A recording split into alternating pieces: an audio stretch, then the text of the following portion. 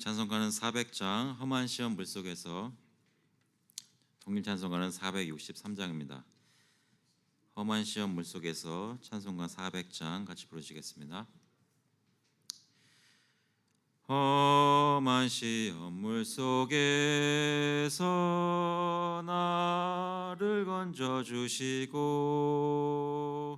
노한 풍랑 지나도록 나를 숨겨주소서.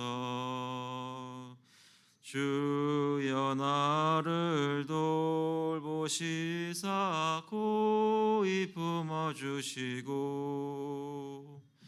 험한 풍파 지나도록 나를 숨겨주소서. 권세 능력 무한하사 모든 시험 이기고 풍랑까지 다스리는 주님 앞에 비오니 주여 나를 돌보시사 고이 품어주시고 험한 풍파 지나도록 나를 숨겨주소서. 죄악길에 빠진 이 몸 캄캄한 데 헤매며 부르짖는 나의 원 들으소서. 내 주여 주여 나를 돌보시사 고이 품어주시고 험한 풍파 지나도록 나를 숨겨주소서. 아멘.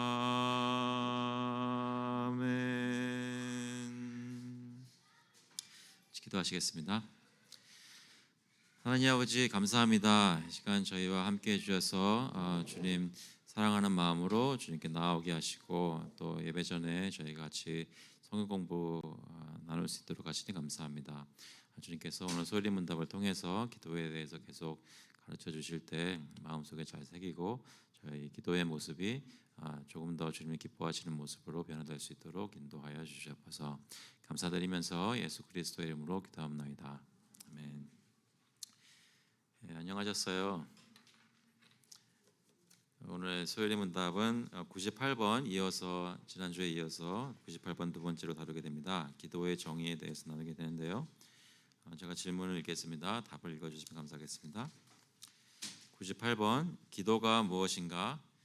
기도는 그리스도의 이름으로 우리의 기원을 하나님께 구하고 그의 뜻에 합당한 것을 간구하여 죄를 자복하며 그의 자비하신 모든 은혜를 감사하는 것이다.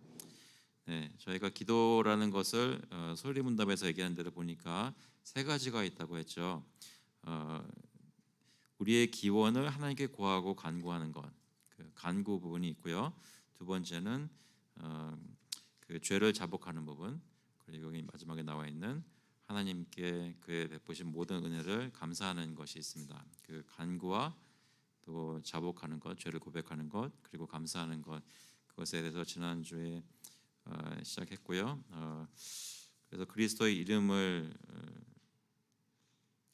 이름으로 기도하는 것이 무엇인지 얘기를 했었는데 예수님의 이름, 예수님을 의지하는 것 없이는 저희의 기도가 하나님께 받아들여지지 않는다고 했죠. 왜냐하면 저희가 죄인이기 때문에 저희 모든 죄가 그리스도의 피의 공로로 씻겨짐 받지 않으면 저희가 어떤 좋은 말을 하나님께 알아도 하나님께서 받으실 리가 없다고 했습니다.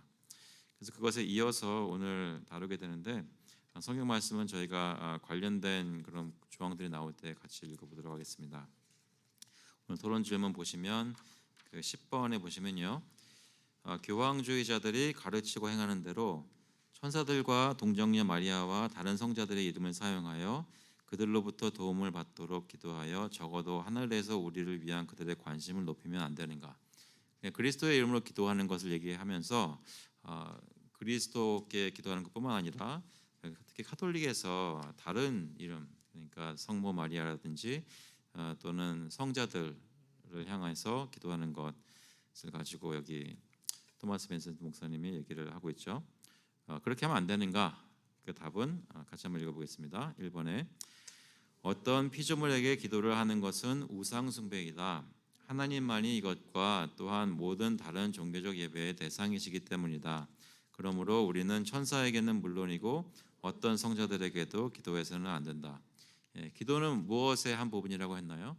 기도는 예배의 한 부분이라고 했죠. 그래서 예배에 있는 원칙들이 다 기도에 적용이 되는데 특히 기도의 대상은 예배의 모든 대상이 하나님이어야 되는 것처럼 기도의 대상도 하나님뿐이야만 하고 다른 그게 아무리 성모 마리아나 다른 성자들이라고 하더라도 그 기도의 대상에 대해서는 안 된다는 것이죠. 여기 그 3페이지 보시면 골로새서 2장 18절 말씀이 있죠. 같이 한번 읽어보도록 하겠습니다. 누구든지 일부러 겸손함과 천사 숭배함을 인하여 너희 상을 빼앗지 못하게 하라. 저가 그 본 것을 의지하여 그 육체의 마음을 쫓아 헛되이 과장하고. 그 당시 골로새 교회에서 천사를 숭배하는 것, 천사를 예배하고 기도하는 그런 것들이 있었다고 합니다. 그런 것들을 바울사도는 금하고 있고요. 요한계시록 19장 10절도 같이 한번 읽어볼게요. 내가 그 발 앞에 엎드려 경배하려 하니 그가 나더러 말하기를 나는 너와 및 예수의 증거를 받은 내 형제들과 같이 된 종이니 그리하지 말고 오직 하나님께 경배하라. 예수의 증거는 대언의 영이라 하더라. 그래서 요한 사도가 천사의 발 앞에 엎드려 경배하려고 할 때 막았죠. 그 이유는 하나님께만 경배하게 되기 때문에. 그래서 천사들과 동정녀 마리아와 다른 성자들의 이름을 사용하여 기도하면 안 된다고 하고요. 그 두 번째 이유로 2번 같이 한번 읽어보겠습니다. 우리를 위한 하늘의 중보자와 대원자는 오직 한 분이시니 곧 주 예수 그리스도이시며 다른 어떤 천사나 성자를 우리의 대원자로 삼는 것은 그에 대한 모욕이다. 그래서 예배의 대상이 그러므로 기도의 대상이 하나님만 되어야 되는 것처럼 그 중보자를 생각할 때에 예수 그리스도의 이름 외에 다른 이름을 의지하는 것은 예수님께 대한 모욕이라는 거죠. 예수님만 우리의 중보자 되시는데 그분을 무시하고 그분을 건너뛰어서 다른 것을 의지하는 것이 된다고 합니다. 전에 한번 혹시 아마 들으셨을 겁니다. 그 특히 뭐 가톨릭 신자마다 다를 수는 있겠지만 성모 마리아에게 기도하고 성모 마리아를 의지하고 마음속에 생각하는 것이 특히 하나님께 또는 예수님을 통하여 기도하는 것보다 좀 더 따뜻하게 느껴진다는 말을 들은 적이 있습니다. 그러니까 약간 어머니에게 오는 그런 기분으로 성모 마리아를 의지해서 기도를 하곤 하는데요. 그래서 왜 마치 예수 잘 믿는 사람 보통 예전에는 아내는 신앙생활 잘하는데 남편이 잘 못하고 있을 때 그 남편한테 물어보면 나는 내 집사람 치마꼭 붙들고 천국 갈래요. 이런 말씀하시는 분들이 전 듣기만 했었는데 제 기억이 분명하다면 있었어요. 신방 한번 갔더니 그런 얘기를 하는 중에 그 어르신께서 그런 얘기 하시더라고요. 아유, 내 아내가 잘 믿으니까 난 아내랑 같이 천국 갈래요. 이렇게 얘기하시는 분이 계셨어요. 약간 비슷한 식의 논리인 것 같아요. 그러니까 성모 마리아를 생각할 때 약간 따뜻한. 그래서 성모 마리아께 구하면 하나님께 더 잘 얘기해 주지 않을까. 같은 논리죠. 성자들 무슨 베드로나 바울이나 이렇게 기도하는 것이요. 오직 하나님께 경배하라고 합니다. 그리고 중보자와 대언자는 하나님께 받아들여지만 하게 기도를 드려주시는 분은 예수님밖에 없다는 거죠. 디모데전서 2장 5절 같이 한번 읽어보겠습니다. 하나님은 한 분이시요 또 하나님과 사람 사이의 중보도 한 분이시니 곧 사람이신 그리스도 예수라. 그래서 성경은 굉장히 중보자가 누구신지에 대해서 분명합니다. 그리스도 예수라는 것이죠. 그리고 요한 1서 2장 1절도 읽어보겠습니다. 나의 자녀들아 내가 이것을 너에게 쓰면 너희로 죄를 범치 않게 하려 함이라. 만일 누가 죄를 범하면 아버지 앞에서 우리에게 대언자가 있으니 곧 의로우신 예수 그리스도시라. 저희가 그 중보기도에 대해서 얘기할 때 전에 한번 말씀드렸던 것 같아요. 전에 있던 교회에서 또 그 중보기도 훈련할 때 늘 설명을 드렸어야 했었거든요. 제가 중보기도라는 말을 쓴 것은 약간 오해의 소지가 있습니다. 그래서 한국의 어떤 교단에서는 그 중보기도라는 말을 금지하고 도고기도라는 다른 말을 쓰게 만들었던 경우가 있다고 하는데요. 어떤 말을 쓰든지 그 의미를 확실하게 하는 게 중요한데, 여기서 말하는 중보는 하나님께 내가 또 어떤 사람을 갖기에 부족하기 때문에 그 사람을 위해서 중간에 서서 대신 기도해 주는 사람을 얘기하는데, 그런 역할을 하는 분은 어떤 사람도 아니고 예수님밖에 없다는 거죠. 예수님뿐만이 우리의 중보자가 되십니다. 그래서 중보기도를 하지 말아라 이런 것이 아니라, 다른 사람들을 위해서 서로 기도하는 것은 당연히 성경에서 명하는 것이지만, 우리 생각 속에 내가 같이 기도하라고 하셨고 서로를 위해서 기도하라고 하셨으니까 기도하는 것이지, 그것이 내가 이 사람은 잘 못하니까 내가 대신 해준다든지, 나는 하나님께 제대로 기도를 못하는, 신앙생활 요즘 잘 못하고 있으니까 나를 위해서 딴 사람이 대신 기도해 준다든지, 그런 생각이 저희 속에 들어오면 안 되겠죠. 그래서 중보라는 것은 항상 예수 그리스도께서 우리의 중보자 되시고 대언자 되신다는 것, 다른 어떤 사람의 대언이 필요 없습니다. 예수님께서 우리의 충분한 대언자 되십니다. 3번 한번 읽어볼게요. 우리에게는 천사나 성자에 의해 어떤 기도를 해야 하는 성경의 그 어떤 명령이나 예나 약속도 없다. 그래서 이 이유는 저희 그 예배에 대해서 얘기할 때 많이 다뤘던 그 원칙 기억하시죠? 하나님이 성경에 금하지 않은 것은 우리가 자유롭게 해도 된다가 아니라, 하나님이 성경에 이렇게 예배하고 하는 것 외에 다른 것을 하지 말라는 규정이라고 했죠. 그래서 그런 것을 규정적 원칙이라고 하는데요, regulative principle이라고 하는데, 그 루터교와 또 칼빈주의를 따르는 분들 사이에 좀 그런 것이 차이가 있다고 했었죠. 루터라는 사람들은 하나님께서 금지하지 않으시는 거라면 우리가 선한 마음으로 주님께 나와 자유롭게 어떤 형식을 써서 할 수 있다고 생각하시고, 그건 규범적 원리라고 했고요. 그런 것이 아니라 예배에 관해서는 하나님이 말씀하시는 그러한 요소들로만 예배를 드려야 된다라고 하는 것은 규정적 원리라고 했습니다. 그래서 그것에 하는 적용이 되겠죠. 성경의 그 어떤 명령이나 예나 약속도 천사나 성자에 의해 또는 천사나 성자에게 기도하라고 한 명령이 없다는 것입니다. 이해되시죠? 그래서 성경이 누구를 기도의 대상으로 삼는지, 하나님만 향하여 기도하라고 했으니까 하나님께 기도를 드리는 겁니다. 4번에 같이 읽어보겠습니다. 하늘에 있는 가장 높은 성자라도 이 땅에 사는 우리의 상태를 알지 못한다. 또한 그들이 있는 곳에서는 우리의 기도를 듣지도 못할 뿐만 아니라 응답할 수도 없다. 그러므로 우리의 기도의 대상이 되기에 적합하지 못하며 우리를 위해 특별한 대원을 해줄 수도 없다. 주는 우리 아버지시라. 아브라함은 우리를 모르고 이스라엘은 우리를 인정치 아니할지라도, 그러므로 이것에 관한 교황주의자들의 교리와 실천은 허용할 수 없고 가증스러운 것이다. 하나님이 아니면, 예수 그리스도께서 아니면, 그래서 예수 그리스도가 아니면 우리 마음을, 우리가 무슨 기도를 하고 있는지 알지 못한다고 하십니다. 그런데 그러한 분들을 대상으로 삼고 기도할 수 없다는 것이죠. 그 기도에 대해서 저희가 여러 가지 얘기 나누지만, 특별히 하면 안 되는 기도들이 있겠죠. 하나님의 뜻에 맞지 않는 기도 물론이지만, 나중에 좀 이따가 나오겠지만요. 그 대상에 대해서 누구를 위해 기도해야 되는가, 이런 것들, 또 어떻게 기도해야 되는가 이런 것들을 생각할 때 기도가 예배의 부분이라고 기억을 하시면 많이 도움을 얻을 수 있습니다. 그리고 돌아가신 분들은 왜 그런, 아까 좀 비슷한 얘기인데, 예수 잘 믿었던 내 삼촌, 내 아버지 또는 다른 분이 천국에서 나를 위해서 무엇을 해줄 수 있다고 생각하는 것, 그것은 여기서 말하는 거고 정반대되는 얘기죠.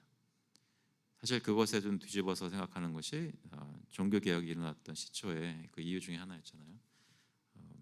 내 삼촌이 돌아가셨는데 예수를 믿는지 확실히 믿었는지 잘 믿었는지 확실치가 않아서 여기 땅에 남아 있는 사람들이 우리 삼촌, 우리 아버지, 우리 형제를 위해서 그분이 천국에 들어갈 수 있도록, 지금은 연옥에 있으니까 지금 이미 내세에 있는 사람들을 위해서 기도를 하면, 또는 그때는 면죄부를 사면 그 동전이 그 헌금함에 착항 떨어지는 그 소리와 함께 연옥에서 천국으로 천사들이 나팔 불면서 올라간다는 그런 식으로 모금해서 성당을 지으려고 했던 가톨릭 교회의 노력 때문에 종교개혁이 일어났었습니다. 그것뿐만 아니겠지만 그래서 이 기도 부분, 특히 신앙생활을 어떻게 할 것인가 부분에 저의 신앙의 내용이 잘 나타나는 거기 때문에 종교개혁까지도 일어났던 거죠. 11번 보도록 하겠습니다. 11번, 하나님께서 우리의 기도를 받으시고 응답하시기 위해 우리는 하나님께 어떻게 기도해야 하는가? 다음과 같이 기도해야 하는데요. 그 다음 4페이지 보시면 여러 가지, 5가지가 나와 있습니다. 첫 번째는 진정으로 with sincerity 기도해야 한다고 합니다. 하나님께 기도할 때는 마음을 다해서 진정으로 기도해야 되는데요. 여기 히브리서 10장 22절 같이 한번 읽어보겠습니다. 우리가 마음의 뿌림을 받아 양심의 악을 깨닫고 몸을 맑은 물로 씻었으니 참 마음과 온전한 믿음으로 하나님께 나아가자. 좀 생각해 볼 필요가 있죠. 저희가 예수 믿고 구원 얻었으니까, 은혜를 구원받았으니까 나 이제 다 괜찮아, 아무런 걱정 없이 나 신앙생활 하면 돼가 아니라, 오히려 하나님께서 그리스도의 피를 통해서 나를 다 씻어 주셨으니까, 그런 귀한 은혜를 받았으니까 이제 주님께 나올 때는 씻음 받은 사람처럼 온전한 믿음으로 참 마음을 가지고 진정으로 하나님께 나아가야 한다는 것이죠. 저희가 매주 예배드리는 모습이, 매일 신앙 생활을 하는 모습이 그 복음을 기억하기 때문에 정말로 최선을 다해서 주님께 예배드리고 진정으로 하나님께 기도하는지 생각해 보았으면 좋겠습니다. 정말로 그런 큰 은혜를 베푸셨다면 그것이 정말 마음속에, 내 마음속에 와닿아서 감사함으로 진정으로 예배 생활을 하는 거죠.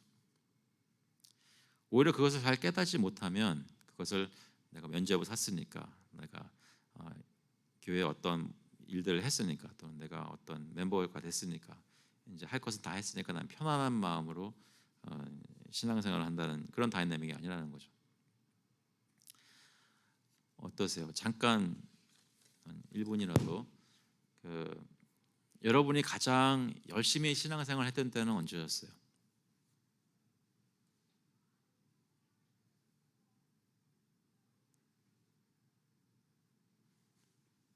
여러분이 언제 가장 열심히 기도했었나요? 기도를 진짜로 열심히 했었던데.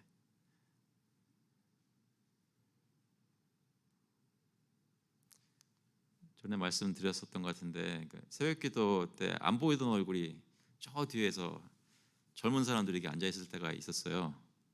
며칠 동안 계속.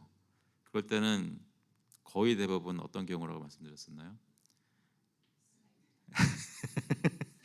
결혼 대상자가 생겼는데 결혼해야 되나, 어떻게 해야 되나, 그거 결혼 아니면 그 직장, 그 어떤 기도 제목을 놓고 이제 작정 기도하는 거죠. 그게 이루어지면 그 다음부터는 잘 안 나타나요. 근데 하지만 어쨌거나 열심히 할 때는 내가 어떤 것을 바라고 이렇게 막 기도할 때, 그 자체가 나쁜 것은 아니지만 그때만 기도하는 건 아니지 않습니까? 내가 정말로 진정한 마음으로 열심히 신앙생활하게 만드는 것, 가장 큰 동기가 무엇인가?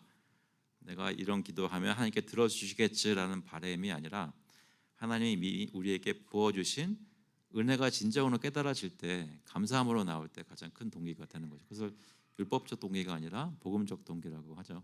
그래서 저희는 진정으로 어떻게 기도를 했는가? 하나님이 정말 그리스도 안에서 나를 말끔히 100% 과거, 현재, 미래의 모든 죄를 다 씻어 주셨다는 것을 기억할 때 감사함으로, 기쁨으로 나오는 거죠. 그래서 진정으로 기도하라고 하시고요. 겸손함으로, 두 번째, 겸손함으로 with humility. 시편 10편 17절 같이 읽어보겠습니다. 여호와여, 주는 겸손한 자의 소원을 들으셨으니 저희 마음을 예비하시며 귀를 기울여 들으시고, 마음의 겸손한 자의 기도를 들으신다고 하십니다. 또 믿음으로 with faith 야고보서 1장 6절 읽어볼게요. 오직 믿음으로 구하고 조금도 의심하지 말라. 의심하는 자는 마치 바람에 밀려 요동하는 바다 물결 같으니.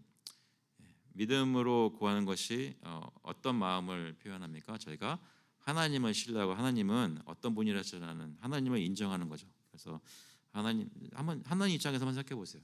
누가 나오는데 나를 안 믿어주면서 계속 중언부언하는 것보다 나를 믿기 때문에 믿음으로 구하고 의심하지 않는 모습 나온다면 그 기도를 응답하십니다. 열정적으로 했죠.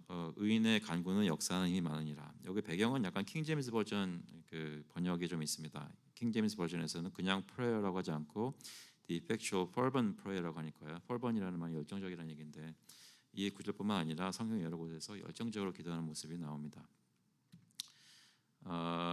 전에 한번 그 한인 목사님이 아니고 다른 목사님 제 기억이 맞다면 아마 남명교우님 사위분 같은데요. 그때 얘기 나누면서 한국 교회 한인 교회에 대해서 얘기하실 때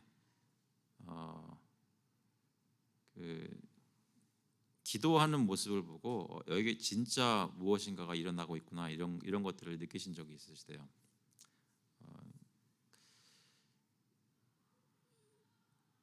근데 그거는 이렇게 좀 문화나 그런 거 뛰어넘는 것 같아요.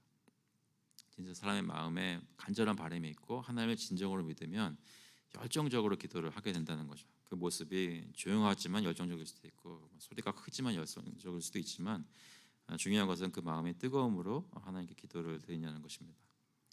그래서 다섯 번째 여기는 인내함으로 기도하라고 하는데요. 누가복음 18장 1절 같이 읽어보겠습니다. 항상 기도하고 낭망치 말아야 될 것을 저희에게 비유로 하여. 그래서 불의한 재판관이 어떻게 과부가 계속해서 얘기하는 것을 부탁하는 것을 결국에는 들어주는 걸 말씀하시면서 우리가 기도할 때 그러므로 하물며 좋으신 하나님께서 너에게 얼마나 더 응답하시겠느냐 이렇게 말씀하시는데요.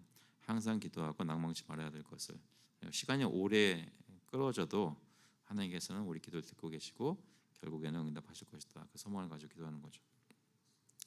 그래서 여기 보면 진정으로 겸손함으로 믿음으로 열정적으로 인내함으로 이렇게 기도를 하라고 하십니다. 12번에 보시면 우리 스스로 하나님이 받으실 만하도록 그렇게 기도할 수 있는가? 답을 같이 읽어보겠습니다. 우리 스스로 하나님이 받으실 만하도록 기도할 수는 없다. 하나님의 영이 우리의 연약함을 도우시고 우리가 무엇을 위해 어떻게 기도해야 하는지 가르쳐 주셔야만 한다. 예수 믿고 주님께 나오지만 막상 기도의 자리에 들어섰을 때 어떻게 기도해야 되는가도 성령 하나님께서 가르쳐 주셔야 된다는 것이죠. 성령의 역사를 기도 가운데는 저희가 늘 말씀에서 얘기하는데요. 로마서 8장 26절에 보시면 제가 읽어드리겠습니다. 이와 같이 성령도 우리 연약함을 도우시나니 우리가 마땅히 빌 바를 알지 못하나 오직 성령이 말할 수 없는 탄식으로 우리를 위하여 친히 간구하시느니라. 마음을 감찰하시는 이가 성령의 생각을 아시나니 이는 성령이 하나님의 뜻대로 성도를 위하여 간구하심이니라. 어떤 기도 들었을 때 기도를 되게 잘하신다 이런 느낌 받으신 적 있으세요? 어떤 기도 들었을 때 아직 기도가 좀 서투네 라고 느끼신 적은 없으셨습니까? 기도를 잘한다고 느껴지든지 기도를 잘 못한다고 느껴지든지 간에 참된 성도가 기도할 때는 항상 그 사람뿐만 아니라 성령이 함께 기도하신다는 것을 저희가 기억하게 됩니다. 성령이 말할 수 없는 탄식으로 기도한다는 것을 저희가 때로는 어떤 분들이 이제 방언으로 기도한다고 생각하시는데요. 의견 차이가 있을 수 있겠지만 여기서 말하는 것은 그것은 아닙니다. 방언이 정말로 그 사람에게로부터 행해진다고 한다면 그 사람의 기도하는 것이지 성령이 기도하는 것은 그 사람 우리가 보통 기도할 때도 늘 성령이 함께 기도하시거든요. 말할 수 없는 탄식으로. 그러니까 우리 기도할 때마다 성령께서 함께 우리 속에서 기도하시는 거예요. 근데 우리의 기도는 하나님의 뜻대로 오르지 않을 때도 있지만 우리와 함께 기도하시는 성령님은 항상 하나님의 뜻대로 기도하시는 거죠. 그러니까 일단 기도를 해야 되는 거예요. 하나님께서 받으시는 기도가 우리가 기도할 때마다 성령님이 기도하시기 때문에 올려지고 있다는 것입니다. 그렇다고 우리가 마음대로 기도해야 된다 이런 말씀은 아니지만 성령께서 함께 기도하신다는 것을 기억하는 것은 저희가 기도하는 데 큰 힘이 됩니다. 13번에 보시면 하나님은 그에게 올려진 모든 기도를 받으시고 응답하시는가? 내가 기도했는데 하나님은 응답하시는가? 첫 번째 보시면요, 하나님은 악한 자들의 기도를 받거나 응답하지는 않으십니다. 여기 악한 자라는 것은 누구를 얘기하는 걸까요? 믿지 않는 자예요. 그러니까 악함의 정도가 물론 다를 수 있겠지만 여기서 말하는 악한 자는 믿지 않는 자입니다. 악인의 제사는 여호와께서 미워하셔도 정직한 자의 기도는 그가 기뻐하시느니라.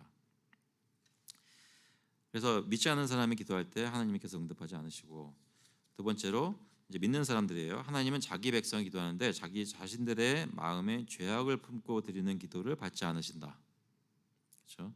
내가 내 마음에 죄악을 품으면 주께서 듣지 아니하시리라. 저희가 예수님 믿잖아요. 근데 예수님께 기도할 때 우리의 마음속에 예배드리면서 기도하면서 정말 순결한 마음으로 기도를 또 예배를 드리고 있다고 생각하는데, 거기서 말하는 품을 수 있는 죄가 있다면 대표적으로 어떤 것들이 있을까요? 저희 마음속에. 오늘 예배드려 나왔어요. 그래서 하나님께 기도도 드리고 그리고 예배드리고 있는데 나는 잊고 사는데 하나님이 저에게 나타나셔서 마음속에 뭘 콕 집으신다면 어떤 죄악들이 내 마음속에 있을 수 있을까요? 사람마다 다르죠. 그러면 오늘 가지고 나오신 것 중에 네? 고백하지 않은 죄, 보통 어떤 것들 가지고 씨름하십니까? 이거 다 말씀하실 필요는 없습니다. 하지만 대표적으로 얘기할 수 있는 것들,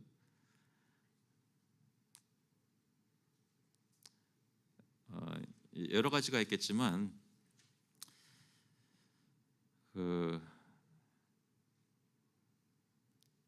미워하거나 용서하지 않는 죄, 이거가 좀 많은 것 같아요. 쉽게 놓기 힘들죠.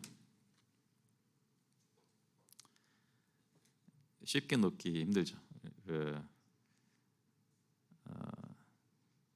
누가 만약에 내 예배 자리에 앉아 있는데 난 생각하지 않고 오늘 하나님께 정말 감사한 마음으로 정갈한 마음으로 와서 예배 잘 드리고 있다고 생각했는데 누가 하나님께서 오셔가지고 꼭 집었는데 너 누구 아직 미워하잖아 라고 얘기하시면 그 죄만큼은 들어도 회개하기 힘들 것 같아요. 여러분 어떠실지 모르겠습니다. 저는 그럴 것 같아요. 누가 나한테 그때 생각 안 하고 있다가 기억나게 하시는데 막상 그러면 예배 자리에 나오기 전에 예수님께서 말씀하신 대로 다 화해하고 와야지라는 생각이 들면서도 막상 하려고 하면 힘들 것 같아요.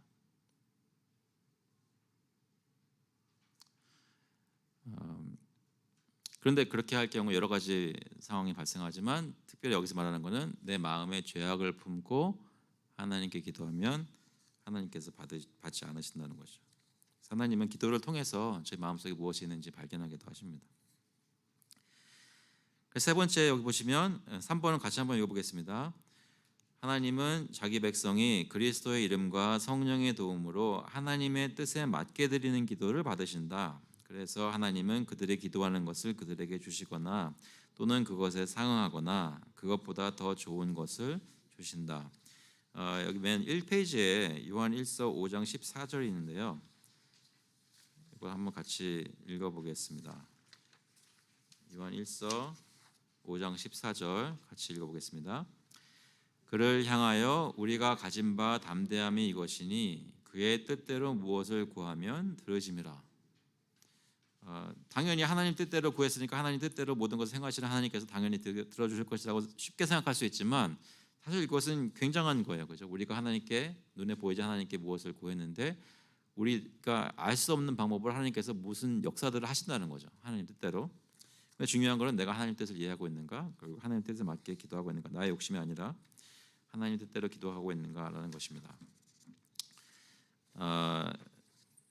그럴 때 하나님께 들어주시고요. 그것이 이제 간구, 기도의 첫 번째 부분이 간구를 얘기할 때 그리스도 이름으로 기도하고 또 하나님의 뜻대로 기도하는 것, 그런 것을 얘기하셨습니다. 14번 한번 볼게요. 5페이지에 14번 두 번째 기도의 둘째 부분은 무엇인가? 여기 참고로 이 조항에 대한 이 문답에 대한 토론 질문이 17가지가 있는데 그 중에 13개가 간구에 대한 것이었습니다. 그 얘기는 뭐냐면 기도의 가장 중요한 부분은 간구라는 것이죠. 그래서 기도의 둘째 부분 14번 답을 같이 읽어볼게요. 기도의 둘째 부분은 우리 죄를 고백하는 것이다. 그것을 통해 죄 용서와 우리의 부족함을 체험에 대한 청원을 하나님께 올려드린다. 우리의 죄를 고백하면서 우리를 불쌍히 보시고 우리를 온전히 만들어 주세요라는 기도를 드립니다. 그것이 기도의 둘째 부분이죠. 요즘 기도하실 때 주님께 나와서 자백하는 부분들이 있으신가요? 그러면 보통 어떤 죄를 놓고 고백하시나요?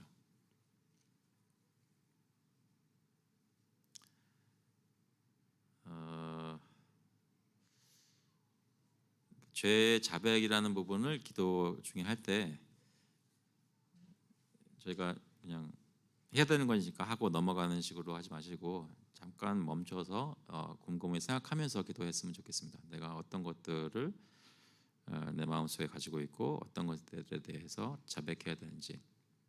그 죄에 따라서는 여러 가지 있겠지만 특히 다른 사람들에 관련된 죄라면 그러면 그 죄로 인해서 내가 다른 사람들에게 어떤 영향을 미쳤는지도 한번 생각해보고 또 입장을 바꿔서 만약에 나라면 그것에 대해서 어떤 상처나 어떤 힘든 일이 있었을지 그런 것도 한번 생각해보고 죄를 자백하면서 물론 기도는 주로 하나님께 올려드리는 고하는 그쪽 방향으로 가는 것이지만 동시에 기도와 함께 그 묵상도 같이 있으면 좋겠습니다. 그래서 저희가 진정으로 죄를 자백할 수 있도록 도움 받을 수 있길 바랍니다.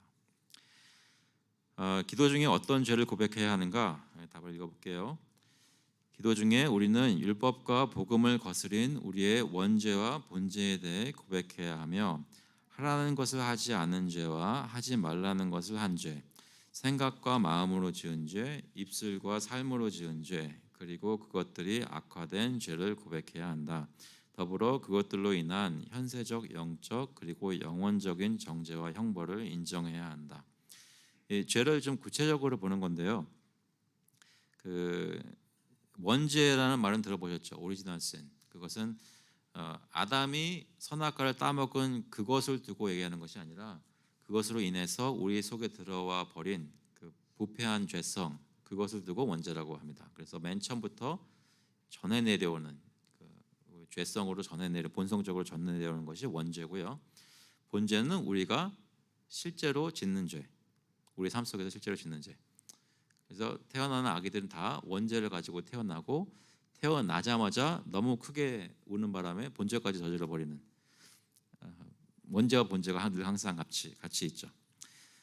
그것에 대해서 고백하는데 하라는 것을 하지 않은 죄 그리고 하지 말라는 것을 한 죄. 하라는 것을 하지 않은 죄는 소극적인 의미로서의 죄라면 하지 말라는 것을 거스린 죄는 더 적극적인 의미에서 죄악이겠죠. 하지만 둘 다 죄라고 합니다. 생각과 마음으로 지은 죄가 있는가 하면 입술로 말로 또 행동으로 지은 죄가 있고요. 그것이 더 악화되어서 정말 이런 거 있잖아요. 어떤 죄가 있는데 마음속에 약간 그것은 좀 잘못됐었던 것 같은데 내가 이걸 바로 잡아야 되겠다는 생각이 들 때가 있어요. 근데 지금 당장 하기엔 너무 번거로워요. 그래서 조금 약간 건너뜁니다. 그 죄를 자백해야 될 시간 또 그것을 그 사람하고 화해할 시간을.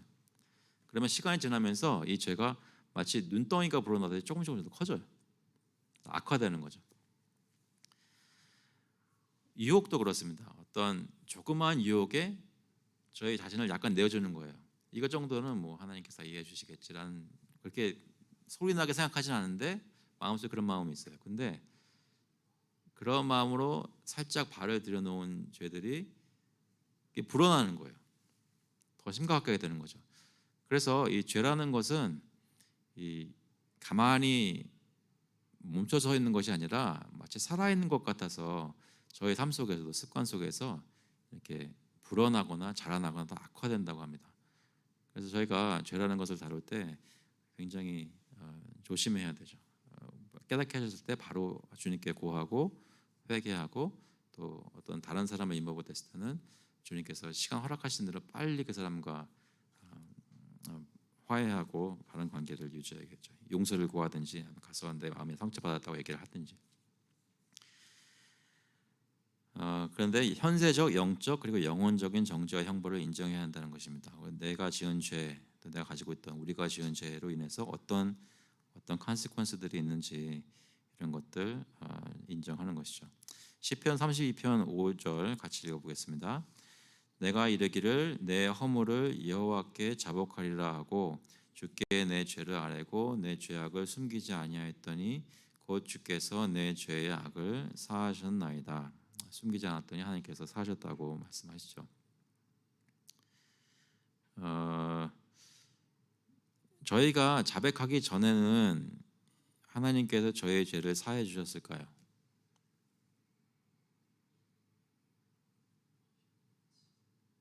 제가 예수 믿고 구원받았을 때 일어났던 죄 씻음을 보통 얘기할 때 과거와 현재와 미래의 죄를 용서하셨다라고 말씀을 저도 여기 교회에서 여러 번 말씀드렸었거든요. 그러면 내가 미래에 지을 죄까지도 하나님께서 그리스도를 통해서 사하셨다는 것이잖아요. 그러면 내가 주님과 신앙생활을 하면서 매일매일 드리는 회개 기도가 있기 전에 어떤 그 죄에 대해서 예수님께서는 하나님께서는 지금 이미 사하셨습니까? 사하지 않으셨습니까?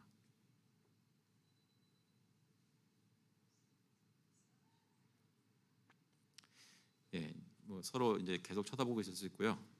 아니면 대답을 하실 수 있습니다. 어떻게 하시겠어요? 사하셨다. 아직 사하지 않으셨다. 다 사하셨다고 생각하시는 거예요? 그렇다면 여기 주께 내 죄를 아뢰고 내 죄악을 숨기지 아니하였더니 곧 주께서 내 죄의 악을 사하셨나이다라는 말은 무슨 말일까요?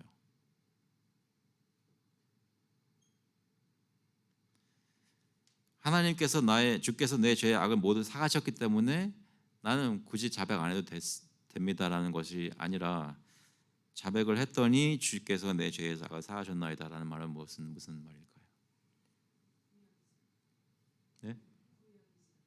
구약이잖아요. 예, 구약이죠. 구약이 맞아요. 근데 구약은 맞는데 그 죄 용서하는 것에 대한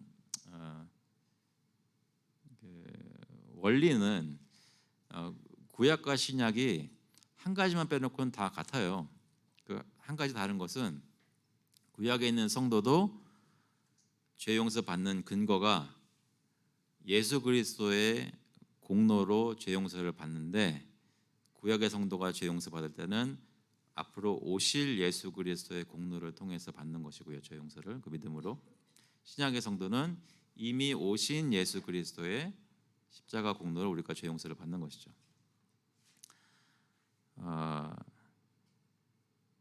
그래서 구약의 성도의 경우는 그 죄를 고백하기 이전에 죄에 대해서 죄를 고백하고 난 다음에 죄 용서 받는 것이나 죄 용서를 구하기 전에 죄 용서를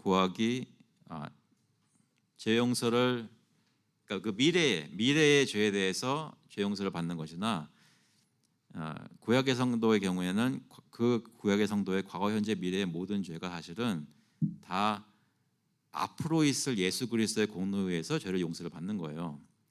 그러니까 지금 우리는 이미 예수 그리스도가 죽으셨고 그 죽으신 공로가 우리에게 적용되는 게 과거, 현재에만 적용이 되고 미래는 내가 고하면 죄 용서 받는 그런 것이 아니라 우리 과거, 현재, 미래의 모든 죄는 신약의 성도나 구약의 성도나 다 2000년 전에 오셨던 그 구약의 성도의 경우에는 앞으로 오실 예수 그리스도의 공로로 죄 용서를 받는 거죠. 적용이 되는 거죠. 그런데 구약의 성도든 신약의 성도든 실제로 내가 하나님께서 죄 용서하셨다는 것 마음속에 깨닫고 감사함으로 삶이 슬픔에서 기쁨으로 변하는 그 경험은 자백이 있기 전에는 누릴 수 없다는 겁니다. 지금 나의 죄도 과거, 현재, 미래 모든 죄를 하나님께서 다 용서해 주셨어요. 그리스도 안에서 2000년 전에 내가 태어나기 전부터 나의 모든 죄값을 다 그리스도께서 감당하셨거든요. 그러니까 하나님께서 우리를 보실 때는 의인이 된 사람을 보는 거예요. 하지만 실제로 내가 예수 믿고 구원을 얻었을 때야 실제로 내가 하나님의 백성이라는 걸 경험하게 되는 거고, 그리고 실제로 살면서 죄를 경험할 때 주님께 고하고 자백해야 그때 죄 용서라는 건 내가 경험하는 거죠. 하나님은 저희를 그리스도 안에서 구원하셨다고 합니다. 그래서 구원이라는 것도 죄 용서라는 걸 생각할 때 저희가 그 세 가지를 얘기하죠. 태초 전에 하나님께서 계획하셨던 작정적으로 모든 것을 하신 그런 의미로서요, 완전히 이미 성취된 것으로 볼 수 있는 의미가 있는 그런 죄 용서 구원이 있고, 또 우리가 실제로 지금 구원을 받아서 내가 예수 믿었으니까 난 구원 받은 사람이야라고 생각하는 게 있고, 근데 우리 모두가 다 앞으로의 구원의 완성을 기다리고 있죠. 다 우리에게 모든 게 다 미래잖아요. 그래서 시간적으로는 우리가 이 시간 속에 살고 있기 때문에 여러 가지 다른 그 관점에서 생각할 수 있지만, 하나님은 저의 모든 죄를 그리스도 안에서 다 용서해 주시고 우리를 받아들이셨습니다. 그것이 하나님의 계획이었고 실제로 역사 가운데 지금 일어나고 있죠. 결론은 뭐냐면, 지금 내가 어떤 죄가 생각날 때 하나님께 나와서 고백하는 게 굉장히 중요하다는 얘기예요. 그걸 안 하면 안 된다는 겁니다. 반드시 하나님께 자백해야 된다는 거죠. 그래서 시편 51편에도 보시면 내가 주께만 범죄하여 주의 목전에 악을 행하였사오니 주께서 말씀하실 때에 의로우시다 하고 판단하실 때에 순전하시다 하리이다. 내가 죄악 중에 출생하였으며 모친이 죄 중에 나를 잉태하였나이다. 그래서 나에게 있었던 그 정죄와 형벌을 인정하는 거죠. 기도할 때 우리의 죄를 어떻게 고백해야 하는가 같이 읽어보겠습니다. 우리는 기도할 때 우리의 죄를 겸손히 온전히 자발적으로 그것들을 슬퍼하고 미워하며 주님의 능력 안에서 그것들로 다시 돌아가 행하지 않으려는 온전한 목적과 온전한 결심을 가지고 고백해야 한다. 저희가 혹시 예전에 수련회, 한국에서라도 여기서라도 수련회 참석해서 마지막 날에 불 끄고 막 기도시킬 때 그때 막 눈물을 흘리면서 했던 기도의 모습을 생각하시면 딱 맞는 것 같아요. 여기. 그런 식으로 기도해야 한다는 겁니다. 겸손히 온전히 자발적으로 슬퍼하고 미워하며 주님의 능력 안에서 다시는 이러지 않겠습니다 하고 결심하면서 기도해야 한다는 거죠. 그렇게 고백해야 된다고 합니다. 마지막으로 기도의 셋째 부분은 무엇인가 같이 읽어보겠습니다. 기도의 셋째 부분은 하나님이 여기서 주시는 현세적 영적 자비와 내세해 주실 생명과 행복의 약속을 감사하며 인정하는 것이다. 그것은 우리가 존경과 믿음과 사랑과 기쁨과 모든 종류의 합당한 감정으로 인정해야 한다. 빌립보서 4장 6절 같이 읽어볼게요. 아무것도 염려하지 말고 오직 모든 일에 기도와 간구로 너희 구할 것을 감사함으로 하나님께 아뢰라. 그래서 소요리 문답은 기도를 설명할 때 간구로 시작하고 그리고 죄를 자백하는 것을 얘기하면서 감사로 끝납니다. 그러니까 이런 마음으로 기도를 하면 기도를 끝날 쯤에는 늘 감사하는 마음이 되겠죠. 그래서 기도를 하고 기도실에서 나오면 얼굴이 펴져 있겠죠. 기도에 따라 다를 수 있겠지만 그래도 저의 기도의 삶 속에 기도를 하면 사람이 더 하나님 때문에 마음이 넓어지고 하나님 베푸신 은혜 때문에 감사하게 되는 그런 것들을 경험한다고 합니다. 한 가지만 말씀드리고 마칠게요. 사역 일정표에 전에 공동회의 때 나눠드렸던 사역 일정표에 보시면 6월 12일부터 5일 동안 저희 교단의 PCA의 총회 일정이 있습니다. 근데 이번 해가 좀 특별해요. 왜냐하면 이번 해가 50주년이에요. 그래서 굉장히 특별한 그런 행사도 준비하고 있고 한데 기도를 굉장히 강조하시더라고요. 내년에는 51회는 그 버지니아 리치몬드 지역에서 그 총회를 하는데 그거를 이렇게 주최하는 노회가 네 노회가 있고요. 그 중에 한 노회가 저희 노회예요. 한인수도 노회라서 그 준비위원회가 이미 모여가지고 그 여러 가지 회의를 하고 있는데 그 중에 커미티 있는 것 중에 이제 기도위원회가 있어요. 근데 그 준비위원회에서 저 같이 들어갔었는데 어떻게 소위원회 나눌까 하다가 거기서 기도위원회 제가 자원했어요. 그 이유는 순전히 체면 때문이죠. 백인 노예들인데 한인 노예를 하나 꼈는데 한인 노예에서 할 수 있는 게 거리도 멀고 뭐 여러 가지 그러니까 애들 프로그램 짜고 예배 짜고 이런 거는 백인 분들이 훨씬 잘하세요. 근데 적어도 기도에 관해서는 제가 아니라 한인 수도 노예가 그래도 책임지고 해야 되는 생각이 들어가지고 덜컥 그렇게 자원해서 하는데 그 시간이 지나면 자꾸 느껴요. 괜히 했구나 생각을 해요. 오히려 저희 노예에서 더 기도를 열심히 잘하시는 분들 했으면 좋았을 거 이런 생각 들기도 하고. 근데 그것 때문에라서 그런지 자꾸만 제 기도의 삶이나 우리 교회나 어떤 저희들이 기도하고 있는 모습을 들여다보게 됩니다. 그리고 미국 분들은 어떻게 기도하는지도 좀 보면서 배우기도 하고 실제로 그런 거 하나 준비하는데 뭐가 돼야 되는지를 들여다보니까 이게 쉽게 말해 장난이 아니더라고요. 근데 매년 그렇게 교단에서는 그 소위 우리말로 하는 기도의 용사들이죠. 그런 분들이 거기도 있어요. 그래가지고 매년 그렇게 기도를 해왔대요. 이번 해 그리고 다음 해 특히 저희 교회 분들도 노예에 있는 목사님들 장로님뿐만 아니라 지교에 있는 교회 분들도 그런 기도 사역에 동참할 수 있으면 너무 감사하겠습니다. 그래서 나중에 기회가 되는 대로 그런 인버브 되시는 방법들을 알려드릴 테니까 기도를 같이 했으면 좋겠습니다. 같이 한번 기도하고 마치겠습니다. 하나님 아버지, 주님께서 저희를 불쌍히 보시고 그리스도를 보내주셔서 구원해 주심을 감사를 드립니다. 저희가 구원받은 신자로서 하나님의 자녀로서 매일매일 살 때에 기도할 수 있도록 특권을 주시니 감사합니다. 기도할 때 저희 마음의 모든 소원을 주님의 뜻에 맞춰 하나님께 구하라고 하시니 감사합니다. 저희가 걱정하지 않고 염려하지 않고 주님께 구할 때에 주님께서 응답하시라는 믿음을 가지고 마음속에 평안을 누릴 수 있게 하시고 특별히 주님께 나올 때 저희의 삶을 돌아보며 죄를 자백할 수 있도록 기회를 주시고 하나님께서 얼마나 저희를 사랑하시고 용서하셨는지 주님의 뜻을 또 영광을 위해서 모든 것을 이루실지 기억하게 하시면서 감사하게 하여 주시옵소서. 저희 교회를 돌아볼 때 또 저희 각 가정을 돌아볼 때 저희 개인적인 신앙의 삶을 돌아볼 때 저희 힘으로 할 수 있는 것이 아무것도 없사오니 주님께서 저희를 불쌍히 보시고 주님 뜻대로 선한 일을 저희 가운데서 시작하신 것처럼 끝까지 이루어지시기를 간절히 구합니다. 저희 가운데 어떻게 기도해야 될지 가르치시고 인도해 주셔서 주님 원하시는 대로 기도할 수 있도록 인도하여 주시옵소서. 감사드리면서 예수 그리스도의 이름으로 기도합나이다. 아멘. 감사합니다.